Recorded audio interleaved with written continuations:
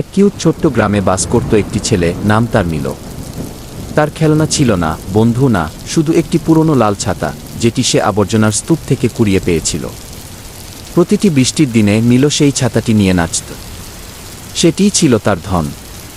সে কল্পনা করত ছাতাটি উড়তে পারে, কথা বলতে পারে, আর সবকিছু থেকে তাকে রক্ষা করে। এক ঝড়ের দিনে মিলো একটি বৃদ্ধা মহিলাকে রাস্তা পার করাতে সাহায্য করছিল। হঠাৎ বাতাস ছাতাটি কেড়ে নেয়, উঁচুতে, আরও উঁচুতে। মিলো দৌড়ালো, কিন্তু ছাতাটি আকাশে মিলিয়ে গেল। মিলো কাঁদতে লাগল বৃষ্টিতে।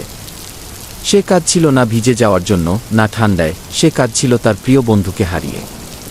লোকেরা পাশ দিয়ে চলে গেল, কেউ থামল না। পরদিন সকালে মিলোর দরজার সামনে একটি নতুন লাল ছাতা, একটি ছোট্ট চিরকুটে লেখা, যে ছেলেটার হৃদয় সবচেয়ে বড় তার জন্য। মিলো হাসল। দুঃখের মধ্যেও ভালোবাসা আবার ফিরে এসেছিল।